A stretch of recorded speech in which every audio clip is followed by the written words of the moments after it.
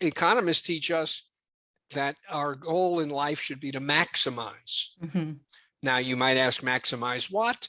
And we can be vague about that. Maximize return on investment, maximize utility, maximize preference, maximize satisfaction. And one of the key points that I make in that book that you just held up is that that's a bad goal. It's not achievable. It's not achievable because there are too many options out there for people actually to maximize, and because there's too much uncertainty in the world for people to be able to maximize, and people torture themselves trying to maximize. And so what I suggest in the book is that what we should be doing is asking what's a good enough result, what's a good enough goal, and then working to achieve good enough rather than working to achieve the best. Hi, Michelle Florendo here, and welcome to Ask a Decision Engineer. Listen in and find out how to untangle big decisions with less stress and more clarity. When making a decision, we should seek out the best option, right? Turns out, seeking to maximize your outcomes is likely to leave you less happy and more stressed. On the show today, I bring you one of my mentors, Barry Schwartz, who wrote the game-changing book, The Paradox of Choice: Why More is Less. Barry shares why maximizing is a bad goal, talks about the benefits of constraints, and explains how practical wisdom is what will enable us to succeed in the face of uncertainty and ambiguity. Enjoy the episode.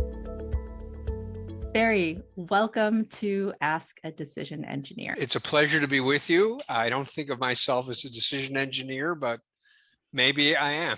Right. Well, that's the thing. this season, it's not really Ask a Decision Engineer because I'm not answering questions this time around. I'm asking. You're the decision engineer. Yes. I'm just somebody who taught the decision engineer.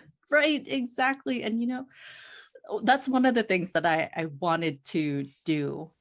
I wanted to thank you just in public for letting me audit your course. I was looking back at my email and I realized, wow, I was so afraid to ask initially. And then when I showed up in class, I thought, oh my gosh, what is he going to think of this random 8-month pregnant woman who is sitting on the floor and he doesn't think has a job because she shows up in the middle of the day, Tuesday, Thursday, to audit his class.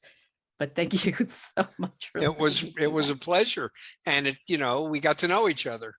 Yeah. Which was a bonus. It's been so great. And it's been an honor just to continue to learn from you and thank you. Get advice from you. So thank you. One of the things that I realized, I don't think I've ever asked you, is how is it that you started out just delving into the topic of decision making? What prompted you to do that? So this is actually a longish story, but okay. I'll tell it. I'm here for stories. My initial training in psychology was in a branch that was called behaviorism, the psychology of B.F. Skinner. At the time, this is in the 1960s, he was almost certainly the most prominent living psychologist. And the idea was you don't worry much about what's going on between the ears. You look at what's going on in the environment and how positive outcomes in the environment encourage organisms to repeat what got them, and negative ones discourage organisms. And his view was that if you understand how rewards and punishments work, you'll understand everything basically there is to know. And so that was what I was trained in. I worked in a lab as an undergraduate, studying rats and pigeons, doing ridiculously simple things. And it always struck me that this was really an extraordinarily limited view of human beings, if not rats and pigeons. And so my aim was to critique it, but I thought that to critique it, I really needed to know it. So I studied it as an undergraduate, and I went to graduate school, continuing to study it, always with the aim of poking holes in this view of the world. And what happened after I'd finished graduate school, really, I started teaching, is that I encountered the work of Daniel Kahneman and Amos Tversky. And this was important because I had come to see that Skinner's view was very much the economist's view. Mm. It's all about instrumental activity, getting organisms things they want. The economists, it's money and status and stuff like that, rather than food and water, but it's the same basic idea. And what Kahneman and Tversky's work did was it showed how wrong the economist conception was of how people make decisions. And yeah, economists thought that we were perfectly rational. Calculating, we got our spreadsheet, we do the calculation and we choose whatever's going to be utility maximizing. And yeah, occasionally we make mistakes, but they were sort of like David Letterman's stupid human tricks. That is, you don't take them seriously because they're so anomalous, and mostly we are rational actors. And Kahneman and Tversky showed that there was something really systemic about how people make decisions that made the rational agent model that economists took for granted a bad description. And that was sort of my way in to criticizing not just the Skinner's view, but the economist's view of what people are like, because I had come to see that Skinner and the economists were essentially telling the same story using different language and different research tools. So that's what got me interested in decision making. And once you start, it's just such a rich area. Most of the things psychologists study come up once in a while in people's lives. Decision making comes up 100 times a day for every one of us. So what could be more central than understanding how people make decisions? And they don't always make them badly, but they often make them badly.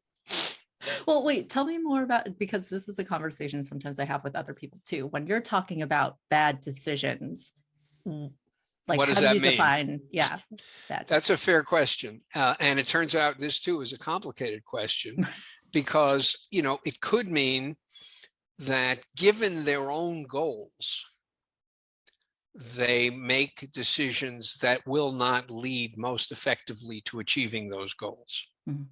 If your goal is to have a house by the water in the Bay Area, you should be saving your pennies because it's going to take a lot of pennies to get that house. So if you see people going and eating in restaurants and going on vacations and stuff like that, you can say, maybe these are not the right goals for you to have, but given that you have these goals, you are not acting in a way that will enable you to achieve these goals. So that's one kind of bad decision. Grant people their own self-acknowledged goals and ask, are they actually acting in a way that will achieve them? Then there's the question of whether the goals people have are the goals they should have. And that can mean, should is a funny word. It could mean like, are they morally appropriate goals? Or it could mean, are they internally consistent and coherent? We can often have goals that antagonize one another. You have a big goal to have a successful career, and then you have smaller goals, which is to get fun out of life. And often the things you do in the service of these smaller goals interfere with the larger goals. So you can say to people, your goals are not aligned because there's no way you'll be able to achieve the big goal as long as you continue to pursue the small ones. So you have to ask, are people, given their own stated goals, acting reasonably? And you have to ask whether the goals people are setting are themselves reasonable goals. In some of my own work, the book I wrote called The Paradox of Choice emphasizes this. Economists teach us that our goal in life should be to maximize. Now, you might ask, maximize what? And we can be vague about that. Maximize return on investment, maximize utility, maximize preference, maximize satisfaction. And one of the key points that I make in that book that you just held up is that that's a bad goal. It's not achievable. It's not achievable because there are too many options out there for people actually to maximize, and because There's too much uncertainty in the world for people to be able to maximize, and people torture themselves trying to maximize. And so what I suggest in the book is that what we should be doing is asking what's a good enough result, what's a good enough goal, and then working to achieve good enough rather than working to achieve the best. Right. And what I try to marshal evidence that people who have that attitude in their work life, in their personal life, end up much happier, less regretful, and get more satisfaction out of what they do achieve than people for whom only the best will do. Right.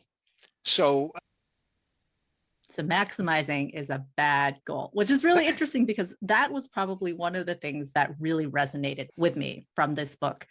As someone who is obsessed with maximization. I mean, I studied industrial engineering, decision engineering, because someone told me it was the engineering of optimization. And I said, yes, goody. And ever since learning about this maximizer versus satisficer, just the evidence that maximizing makes you less happy in the end, I've tried to be a recovering maximizer. But notice, it's hard. It's very hard. First of all, I mean, it's the culture just pushes in the opposite direction. Mm-hmm. First of all, the word that people use as a synonym for satisficing, which is the word I use for looking for good enough, the word that people use is settling. Right, which is like a dirty word. Settling is not a neutral word. That's not a descriptor. It's an evaluation. She's just settling. She's just settling. She should be doing more than that. So it seems like you are not taking advantage of your resources and your opportunities when you settle. Now, first of all, you can have very high standards and still not insist that only the best will do. Or you can have lower standards. But the trick is to somehow detoxify the notion of settling.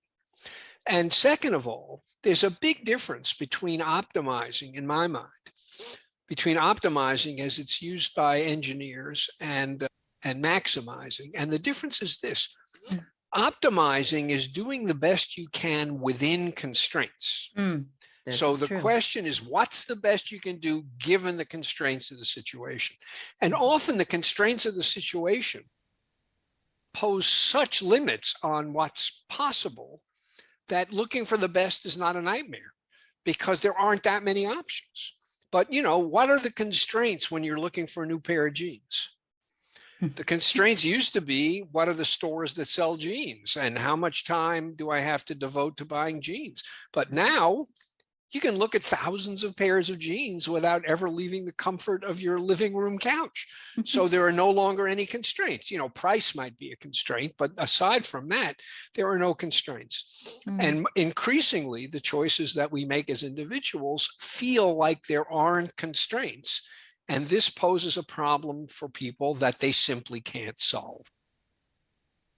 And that's not how engineers think about it. They think about what's the best we can do given the limits of the situation that we're confronting. That's a reasonable approach. You know, that makes me think about how often we ignore the natural constraints that exist in decision making, or maybe, I don't know if it's that we ignore it or culture just prompts us to try to set it aside, but, you know, like trade-offs is something that's going to be natural in any decision. And yet, like you said, similar to settling, it's kind of this thing we don't want to acknowledge exists because we should want and have everything. That's exactly right. And when you encounter what you're calling a natural constraint, the first thing you're trying to do is elbow your way out of it. Right. Because, you know, we are super organisms, and we should tolerate no constraint. We should fight against any constraint that is imposed. And this is a deep thing. It's not just about decision making. It's like, you know, you want to get the best job, but you also are deeply attached to your family, and your family, siblings, parents, aunts and uncles, all live in the Bay Area. And so if you want to maintain relations with your family, the kind of relations that you now have, there's a constraint on what jobs you'll consider. Now, luckily in the Bay Area, even with the constraint, there's still plenty of options. And if your family lived in a small town in Nebraska, you might make a different calculation, but Right. they live here. And so you say, I'm going to choose the best job within the constraints imposed by my attachment to my family. And that's a perfectly reasonable way to proceed. But I think increasingly young people feel like these attachments to other people are just hemming them in and preventing them from achieving their best self. Mhm. And so they wreck their intimate relations with other people, and then they go on this wild goose chase to find the best job, in the country or on the planet or what have you. And there is no such thing. So they're always feeling like they've made a mistake, or they're always disappointed. And meanwhile, they've wrecked their relations with their family. So I think we need to learn to embrace constraints rather than rebelling. Now, again, let me qualify that. There can be some constraints are really too constraining. There are an awful lot of people who live for many, many centuries under extreme constraints, and then you want to elbow your way out of them. But the notion that the ideal world is one with no constraints is a huge mistake. Yeah. It makes me think about how one of the frustrations I have with just seeing how people approach decision making sometimes is this desire to know everything, almost like, to be able to make a decision, the bar is basically clairvoyance. I want to know everything, which is just not reasonable, right? Like I don't know any humans who are clairvoyant. Or like you were saying, I should be able to have infinite time to do the things that I want, or infinite energy, or this slippery slope of like being more and more and more productive to have more and more and more and more. And I wonder if we're failing to appreciate, I guess, the inherent constraints of being human and not seeing that as a bad thing, but maybe could it possibly be a good thing? I don't know. Well, I think that in the world of 100 years ago, the constraints people encountered were mostly bad things. In the modern world, I think are constraints, because they limit options. In a world where we need to have our options limited, they've become a good thing. Although it doesn't mean that there won't occasionally be people who are frustrated in their desire to achieve this or that by the constraints that are imposed by the other things they care about. So, and this, by the way, is another important message that I have in my teaching and in some of the books I've written, which is good decision processes do not guarantee good outcomes. Yes. You can do everything right and the world won't cooperate. And good decision processes do not mean that there will always be a clear right answer. There are situations that are inherently ambiguous, and you'll sort of tortured between a couple of options without being able to come up with any kind of metric that you can use to say, well, A is definitely better than B. The truth is, it depends whether A is better than B. It depends on how much weight I give the different aspects of the decision. And there's no formula for assigning weight. So you have to be willing to live with a certain amount of uncertainty, certain amount of humility that you're going to make good decisions that have bad outcomes, and a certain amount of tolerance for ambiguity as you go through life. And I think business schools do way too much to teach people that there's a right answer to every question. And if you just work on it a little longer and collect a little more data, the right answer will appear. And that's just not true. And I think we know this when it comes to dealing with our relations to other people. We know that there are a lot of mistakes you can make raising kids, and there are also a lot of good things you can do, and there's no unambiguously right answer that applies across the board. And the same thing is true with your romantic partner and with your family, your parents. But somehow when you go into the office, your aim is to come up with the unambiguously right thing to do in every situation. And that doesn't exist mostly. Yeah. So it's interesting. We have this recognition of just the messiness of what it takes to do the right thing when it comes to our relationships, sort of these human to human interactions. Correct. But I mean, what do you think it would take to be able to bring that type of mindset into organizations, business, where, Well, yes, it's much more, there's an expectation that there's a formula. Humility, good listening, and being able to listen to the perspectives that other people offer, which shows that what you regard as unambiguous often isn't unambiguous. And I think a little bit less slavish devotion to metrics that we can use to assess both how our enterprise is doing and how our employees are doing. You know, there's a I don't remember which of the readings I assigned this is in, but no doubt people who've gone to business school have heard it. Be careful what you measure, because what you measure is what you'll get. So we come up with a metric that is a proxy for what we actually care about.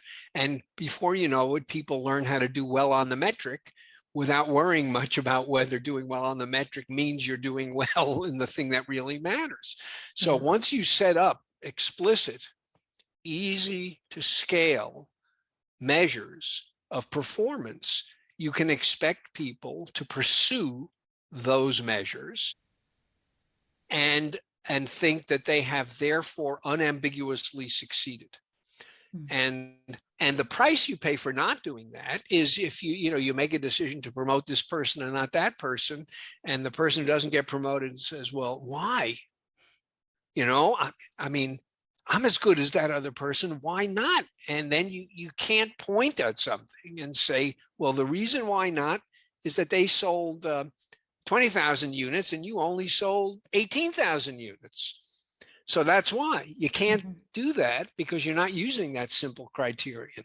So you're worried about being regarded as biased, unfair, idiosyncratic, whimsical, what have you.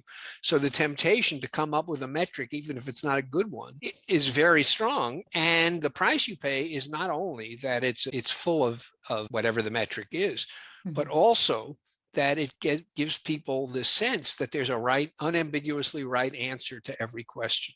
And there isn't. And you just have to learn to live with that. Yeah, I know we're getting into, we were talking about this book, Paradox of Choice, earlier, and I think we're getting into this one, Practical Wisdom. But thank you for having all those books. They're helping send my grandchildren to college. I mean, what you just waved contributed, I don't know, $3 toward their college tuition. I'll put the links in the show notes too for anyone who wants to contribute to Barry's grandkids' college education. Turns out college is expensive. Is anybody listening to this who doesn't know that? But I think a lot of people who I encounter are very familiar with the paradox of choice. Fewer, I think, know about this work you've done with Practical Wisdom. So could you take a moment just to share more with the audience? Like, what do you mean? What is practical wisdom? Okay, so that, by the way, if you hold up the book again, that's a bust of Aristotle, who coined the term. Aristotle, who came after Plato, was very interested in how the tradespeople, the craftspeople of his time did their crafts. He was not interested in wisdom, capital W, that men with long white beards came up with sitting on the top of mountains meditating. He was interested in the wisdom that enabled you to be effective as a farmer, as somebody who worked with stone, as a teacher, and so on. Practical, concrete ability. And his idea was that wise people figure out the right thing to do in the right way at the right time in the right circumstance. Now, if you asked him, well, what does that mean? He would say there's no form. When you are a parent, the right way to raise your older child and the right way to raise your younger child may be very different. The right way to discipline your older child on Tuesday and the right way to discipline that child on Saturday may be very different. If you're a doctor and you have to give a patient bad news, the right way to deliver that bad news depends on the patient you're talking to. Some people need to hear it straight out. They're super optimistic. They're going to put a positive spin on whatever you tell them. So unless you really give it to them, they're going to walk out of the office unprepared for what's coming. Other people, sink into the depths of despair if you just raise an eyebrow. So, you don't want to lie to your patients, but the question is, how do you tell your patient that in all likelihood, within 3 years, this person's going to be dead? And the way you do it depends on the patient. And the way doctors learn how to do it is by doing it, making real mistakes, seeing that what they've done wrong, and slowly over time getting more and more nuanced and more perceptive in reading facial expressions and body language of the people they're talking to. They get closer and closer to getting it right. And for Aristotle, these were the kinds of problems that we faced all the time in daily life. And because some honesty was good, didn't necessarily mean that more honesty would be better. Some courage was good, didn't mean that more courage would be better. In fact, famously, Aristotle talked about what he called the mean, which is, alas, not the arithmetic average, if it were only that simple. So courage is the mean between cowardice on the one hand and recklessness on the other. And increasingly, we've come to the view that if some attribute is good, more of it must be better. And that's just wrong. You need the right amount. And that's going to depend on the context, depend on the problem that you're facing, depend on the people you're working with. And it's going to take that repeated practice, just like building a muscle. Practice and feedback. And getting it wrong. Right. Getting it wrong, and knowing that you got it wrong. The one guy who wrote an article in the New Yorker about how he learned to give patients bad news makes the point that in his training, when his trainers had such conversations, it was always in their study with the door closed. So he had no experience at all until he became a practicing doctor himself. And he described some of the grotesque mistakes he made, slowly moving toward developing an appreciation of just how hard these conversations can be and how important it is to get them right. But no attention was paid to teaching medical students how to have these hard conversations, or even letting them watch their mentors having these hard conversations. So yeah, the way you get better at it is by doing it, getting feedback, and wanting to get better at it, paying attention to the feedback. And the point we make in this book is that almost every situation we encounter in life that involves other people requires wise judgment rather than the application of rules. Mandatory sentencing for crimes is a disaster. Everybody now knows it's a disaster. It was put in place because people thought that the alternative was even worse, because judges were just letting everybody go free. Now, that wasn't true, but it was motivated. If you think people have bad judgment, then you give them rules to follow. But when you give them rules to follow, you don't give them a chance to help their judgment get better. They're just following rules. Teachers, they teach the strict curriculum. Essentially, they have a script every day for teaching reading and for teaching arithmetic, and they're supposed to follow that script. Well, how's a teacher ever going to learn that the way you teach Jane arithmetic and the way you teach John arithmetic needs to be different? If what you're doing is one size fits all, follow the script. So we aren't willing to trust people enough to let them use their judgment, make mistakes, learn from the mistakes, and get better. We think if we give them rules, even though we won't get great teaching, at least we will prevent disasters. And I think that's kind of the way most organizations operate these days. much to the detriment. And it also makes the work a lot less interesting. Do you want to be a teacher that simply reads a script, or do you want to be a teacher that is improvising every day to figure out just the right way to get this idea into the heads of this student and a different way with that student and so on? Yeah. So it de-skills the work and it makes it worse. The outcome's worse. Yeah. I mean, so I'm hearing that, on one side, because I'm thinking about this practical wisdom piece and applying it to decision making, because I also believe that decision making is a muscle. It's a muscle that needs to be exercised over and over and over. Yes, you get it wrong sometimes, or I'd say you have bad outcomes sometimes, good outcomes sometimes, and it's through that you learn how to hone the process.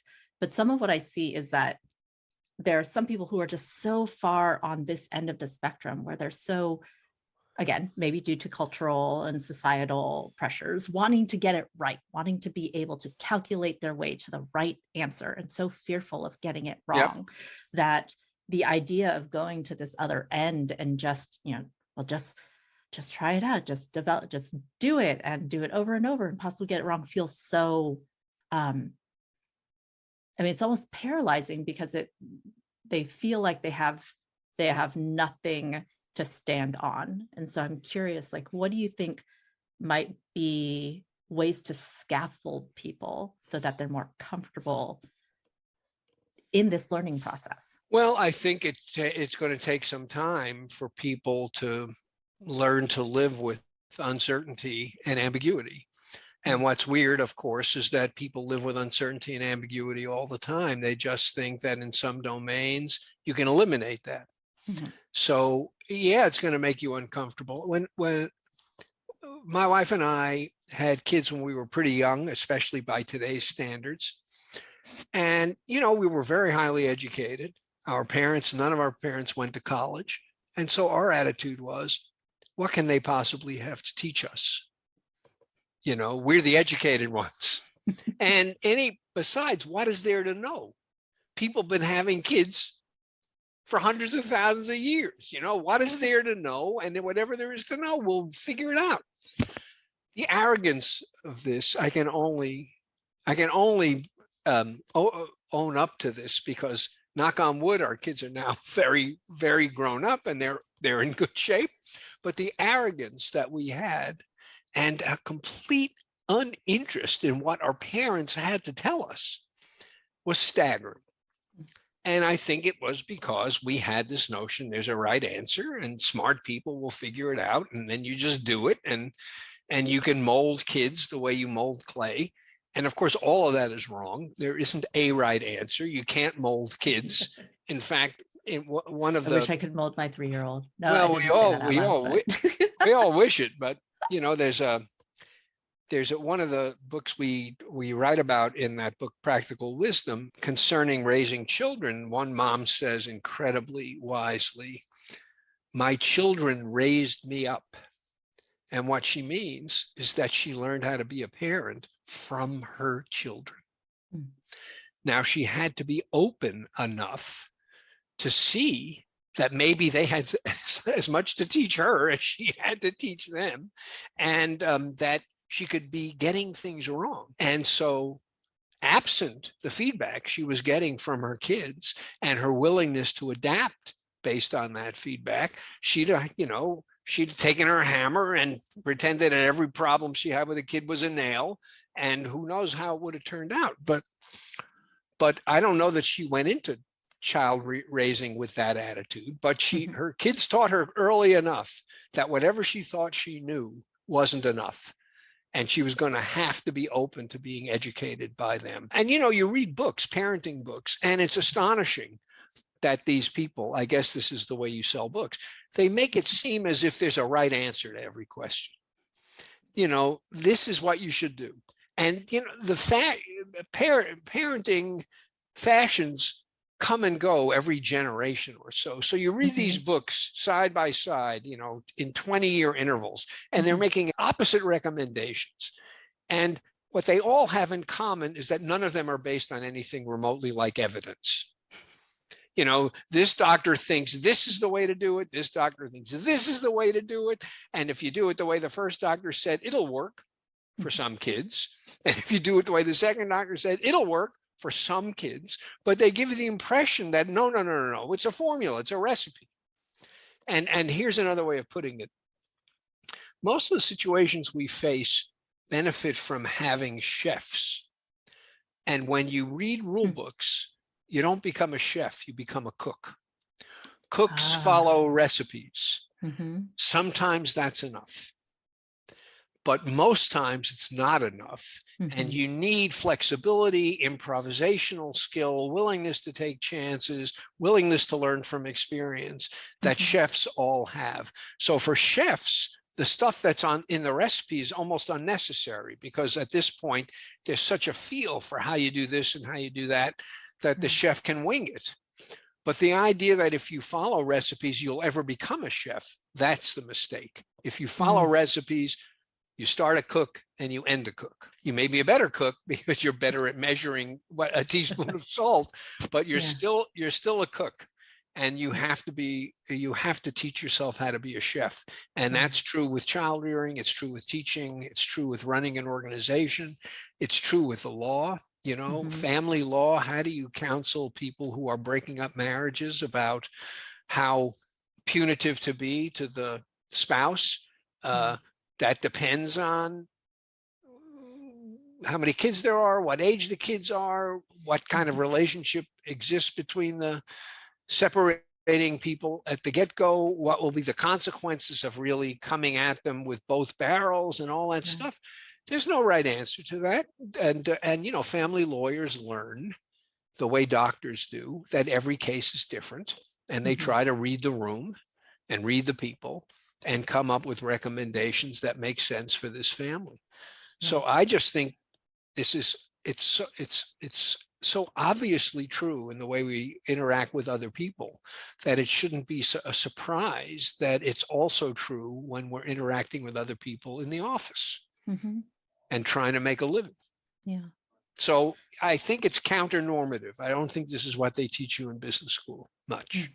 Right. It doesn't feel like you're getting your money's worth, right? Or I think I wanted to go back to this chef versus cook thing, and just the ability to improvise and be flexible. And yes, kind of like know some of the rules maybe, but flex with it, or at least be able to meet the moment and be willing to learn every single time, because it just makes me think about how there's no other way to do it, given that we are in a world where just more and more frequently we're encountering radical uncertainty. More and more frequently we're in a state of not knowing what the future may come. And there's absolutely no way to calculate our way to the right answer. I think that's right. You can use your analytical tools to get you to one way of describing this is that rules are like a roadmap that gets you to the right city,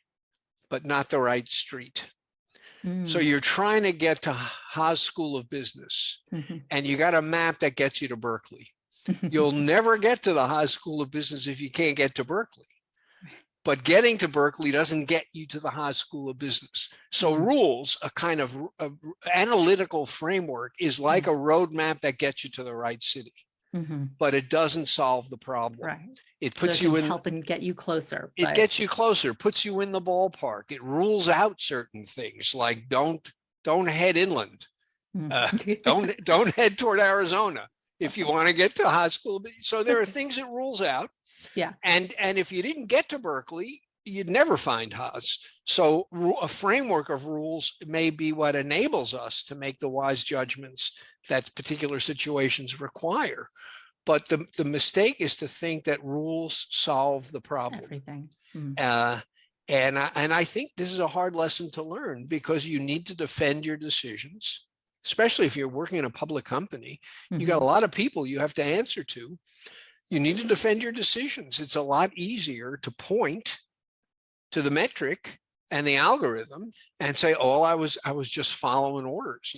I was just doing what the metric did, what the algorithm tells me to do. But I, that's just not the right way to run an organization in the uncertain world. And even if there's, even if it's not that uncertain, some domains maybe are less uncertain. Things change so fast. Right. That even, and this is certainly new, this is not the way things were half a century ago. Mm-hmm. Even if you can sort of map out the space in terms of how uncertain things are, there's no reason to think that the way you map it out in 2022 is going to apply in 2024. So I wanted to, as we wrap up this conversation, I wanted to bring it back to the listeners, people who are wanting to learn, how do they become better decision makers? What are some of the key things that you would want them to remember? So one, pay a lot of attention to how the decisions play out. You're going to make mistakes. We all do. You will keep making the same mistake over and over again if you're not attentive to how the decisions work out. And that doesn't just mean, did I get what I wanted or not, but also, if I got what I wanted, was it because of luck or because I did things right? So you really need to scrutinize your decisions after the fact. Be humble, realize that you have a lot to learn from other people and ask other people. Now, this may mean sort of ceding some of your authority in whatever kind of hierarchy you're operating in, but it will A, lead you to make better decisions, and B, lead you to create a much more hospitable workplace where people feel respected and people feel like their expertise is being acknowledged and honored. So listen carefully to what other people say. And ask rather than telling. So be a little less male, I guess, is another way of putting it. But look, this is one of those stereotypes that is mostly true. So pay attention to the people who aren't saying anything and ask them to say something. They often have a lot to say, and they're being quiet for reasons that have nothing to do with whether they have anything to contribute. Other than that, I don't know what to say. Be prepared to be wrong and attentive so that you'll be less wrong the next time. And I think that's the best you can aspire to. Yeah. Well, thank you for just coming on the show, sharing about various pieces of work. And again, I'm so thankful for your advice over the years. And I hope you'll humor me when I continue to ping you. Anytime, Michelle. It's really been a pleasure talking to you. I'm so glad we got to know each other. And I hope at least some of what I had to say will encourage people to be willing to try things and learn from their mistakes. Yeah. All right. Take care. Thanks. Thank you so much for listening to this episode. If you heard something today that you found helpful, please share this episode or write a review. Also, if you're interested in more resources on how to make decisions with less stress and more clarity, like my quick start guide for untangling big decisions or the decision-making courses I teach, check out the show notes or go to askadecisionengineer.com to sign up for the mailing list. Be sure to check out the other episodes this season. Next week, you'll hear from Alexis Gonzalez-Black, head of August Public's Organizational Design Practice, where she'll talk about organizational decision-making and why neither independent action nor consensus is the right approach for 90% of organizational decisions. Again, this is Michelle Florendo from Ask a Decision Engineer. Thank you for listening, and I'll see you in the next episode.